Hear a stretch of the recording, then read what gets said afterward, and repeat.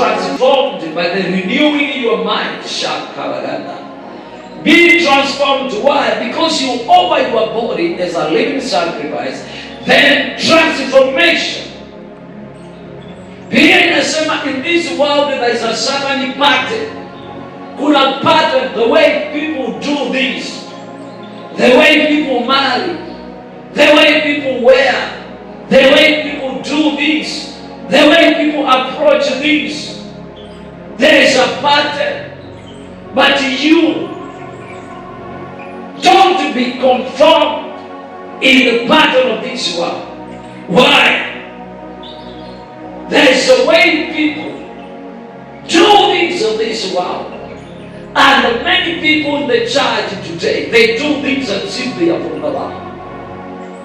Watu wengi leo wanafanya mambo kana kwamba wao ni wa dunia.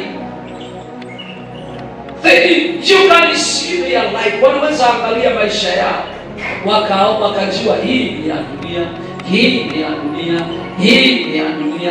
Hii their life. And this is the weakness. The hii ina affect dunia, ina affect mwili wa Kristo, sio dunia. Ina affect mwili wa Kristo. But Biblia inasema if you are renewed in mind, then you can receive, you can understand. Then you will be able to taste the approved will that God will is. Bwana Yesu asifiwe. You know there is this God will.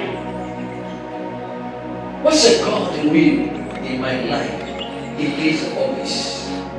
What's the agenda of God in this office? Sile siku nitafanya hii ofisi, ni agenda gani ya Mungu hapa?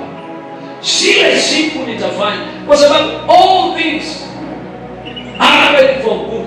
Where you are working, either your boss ni mzuri, either your boss ana kasoro, there is a will of God there. Ukiondoka kitoka katika hiyo ofisi, je, what's the will of God? Hii inaweza tokea tu kwa mtu ambaye amekuwa transformed.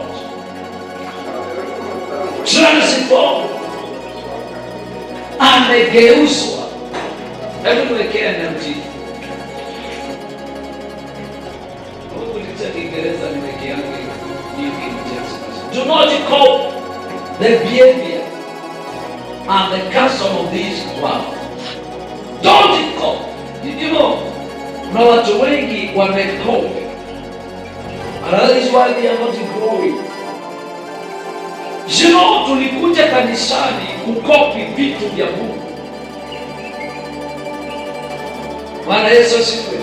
Kanisani tumekuja kukopi vitu vya Mungu. The way we approach things, the way we do things. Don't lie yourself in this kingdom. In this kingdom, Bible says, honor your father and your mother. That is the culture of Zion. Bwana Yesu asifiwe.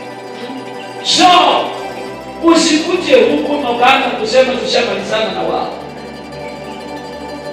Tushamalizana na wao, wasiniletee. Hata kama ni wachawi, hata kama wako namna gani. There is things zina wazazi wako you cannot imagine.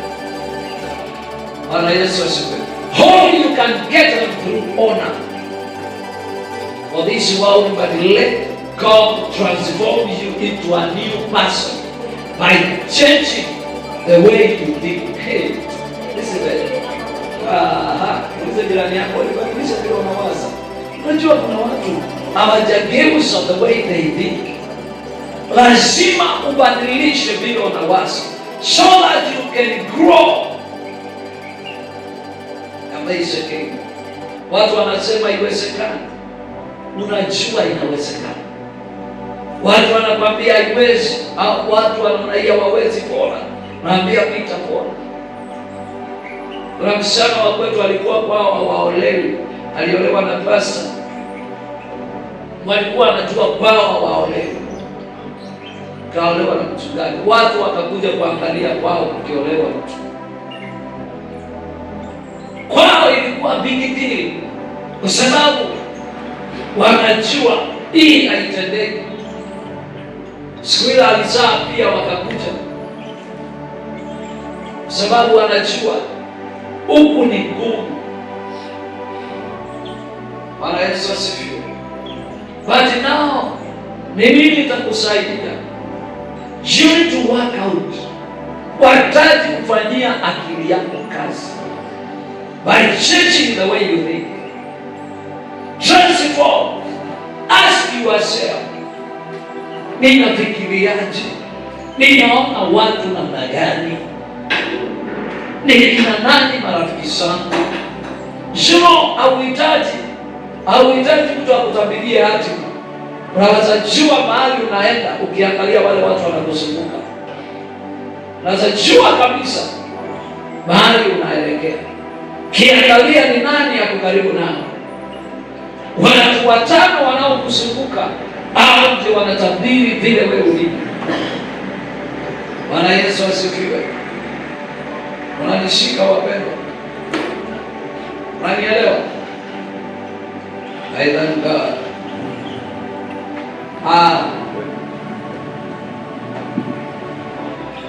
But then you will learn to know God's will for you, which is good and pleasing and perfect. Now perfect is where you know what you are supposed to do and you are growing. Umekuwa kiwango cha kutosha cha kumiliki maeneo yako, na maeneo yako mtu yote asikudanganye. Mtu yote asikudanganye. If we can, for example, tunataka shamba ya kanisa, si ni kweli? If tunaweza pata pesa za kutosha, Bwana Yesu asifiwe, we can have it even tomorrow. Bwana Yesu asifiwe, even tomorrow. So mtu yote asikudanganya ile mali unataka hapako, ile ofisi unataka iko, but you need to grow enough. You need to have enough skill. Bwana Yesu asifiwe. Nasema ushughulikie akili yako. Bwana Yesu asifiwe. Wote tusome hii mstari miwili nione kama Waebrania 10, Waebrania 8 mstari wa 10.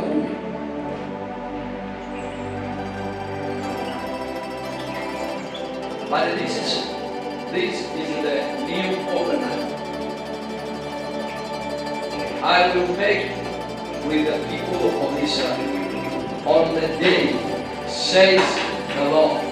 I will put my law in their mind, and I will write them on their heart. I will be their God, and they will be my people. I will write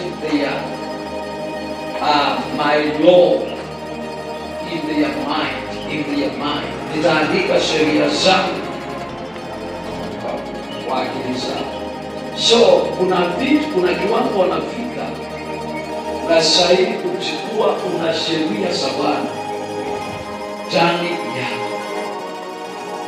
ya moyo yako. Sheria za Bwana zitakukamata, zitakuzuia where you cannot wrong your God. Taandika sheria zangu, asema Bwana, nitawapa sheria zangu katika fikira zao, mafikira yako, vile unavyofikiria. Sheria za Bwana zitakuwa zimekushika. Remember, this is a sign of maturity, where sheria ya Bwana ndio inakuongoza. Where sheria ya Bwana, hakuna kitu unaweza fanya bila kutaka kujua the will of the Father. I want to quit this job. What's the will of the Father? I want to begin a business. What's the will of the Father? I want to be married. What's the will of the Father? This is a sign of maturity. Ni nini mapenzi ya Bwana? Ni nini iliyo mapenzi ya Bwana? Ni nini mapenzi ya Jehova? Ndiyo nataka. Ni nini mapenzi ya Bwana? I want to know. I want to know. I want to pray for it. I want to pray for it. Bwana Yesu asifiwe. Tunanishika wapendwa. Even having mindset ya kujua mapenzi ya Bwana. Unajua, unaona saa hii tunaomba jana. Kuna watu wameenda mbele za Bwana na mahitaji mengi sana, listi ya mahitaji. Na kuna mtu ameenda mbele za Bwana na listi ya kutaka Mungu amwambie anataka afanye nini. Hawa ni watu wawili tofauti. Hawa ni watu wawili tofauti. Kuna mtu huwa anaenda nyumbani kwao akakule sikukuu, akijua mamake amenunua sikukuu na kila kitu kiko. Na kuna mwingine akitaka kwenda kwa mamake wakakule sikukuu, anamuuliza mama, wataka ninunue nini tukuje kukula? Hapo ni watu wawili tofauti. Ina maana mmoja amekomaa na mwingine bado angali mtoto. Ulize jirani yako kule aitani zako sikoje. Kwa sababu zinaonyesha wewe ni nani.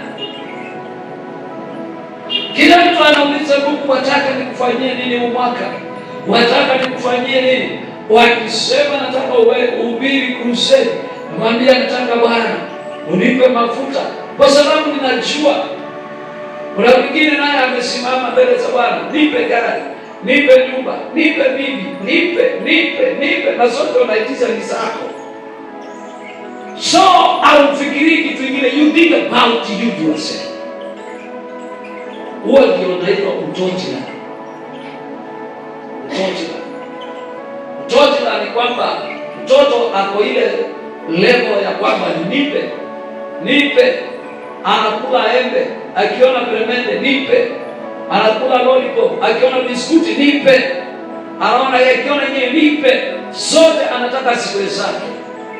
And this kind iko pia ndani ya Ukristo. Mbele za Bwana watu, hakuna mtu ameenda mbele za, wachache sana wameenda mbele za Bwana wakiambia Bwana, nipe neema mwaka huu nivune nafsi za watu hata kama ni 10. Nipe neema mwaka huu nilete watu kanisani 5. Nipe neema mwaka huu nikutolee kwa uaminifu. Anataka apewe, na pia akipewa hiyo fungu. Na kwa sababu wacha fungu to be a God ajudu is another thing. Bwana Yesu asifiwe. Because obedience and doing the will of God is a maturity. Bwana Yesu asifiwe. Kusikia sauti ya Bwana ni ukomavu, na kutii ni ukomavu. Bwana Yesu asifiwe. Bwana amesema niwekee Petro wa pili kifungu cha 3 mstari. Kifungu cha 3 mstari wa pili. Mstari wa kwanza na kwa kwanza. Wapenzi, waraka huu ndio wa pili nawaandikia ninyi katika zote mbili, nisiamshe nia zenu safi, wakumbusha pate kuyakumbuka yale maneno yaliyonenwa zamani na manabii watakatifu, na ile amri ya Bwana na Mwokozi iliyoletwa na mitume kwenu. You know, I desire uelewe hii. Nia safi is very important. Nia yako iko namna gani? Ni muhimu sana kuwa na nia. Nia yako iko namna gani? nia yako. Unaona mambo namna gani? Unaona vitu namna gani? Je, mtazamo wako juu ya watu wale wengine uko namna gani? Je, maana nimeona watu kwa muda nao nilifanya uinjilisti kwa muda kama miaka 10, na nimekuwa mchungaji kama miaka 10, na nimeona watu na nikasikiza watu wakifanya huduma, lakini kuna nia fulani nimeziona na watu. Hata wewe huyo mtu anapotarajia kuinuliwa, najua kabisa huyu mtu with that kind of mindset haiwezekani completely, haiwezekani. Why? Huyu mtu hajafanyia kazi akili yake akawa na nia safi. Nia safi. Nataka kusiamsha nia zenu safi. Nia lazima iwe safi. Kwa nini unafanya mtu jambo? Kwa nini? Niliwaambia nilikuwa na Asha. Alichuna msichana wangu hapa, akamchuna mapacha. Sasa unasaidia mtu jamani, amepagawa. Unamtia kucha. Sio ndipo kwa ile kazi unafanya, lakini nia si safi. Nia yako si safi. You are doing a right thing, but with the wrong mindset. Nimekuja kuja hapa na akakuja akaniambia nimemchuna leo. I felt bad. Lakini nilijua with that kind of mindset hawezi kufanya hiyo kazi siku moja. Unaenda kidogo nikamshika. Kwa sababu hiyo nia si safi. Hiyo nia si safi. Kabisa hiyo nia si safi. Sijui kama mtawaona watu wanakumbatia watu alafu ndio wanakuona. Unapata huyo mtu nia yake ya kukumbatia si safi. Biblia inasema nataka kusiamsha nia zenu zilio safi. Zilio safi. Bwana Yesu asifiwe.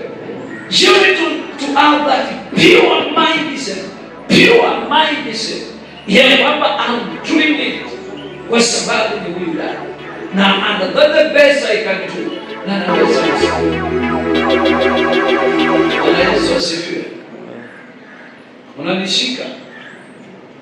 Wajeni waambie, anything ambayo unafanya ya ufalme, kama hauna nia safi kuihusu wachana. Don't do it, kwa sababu haita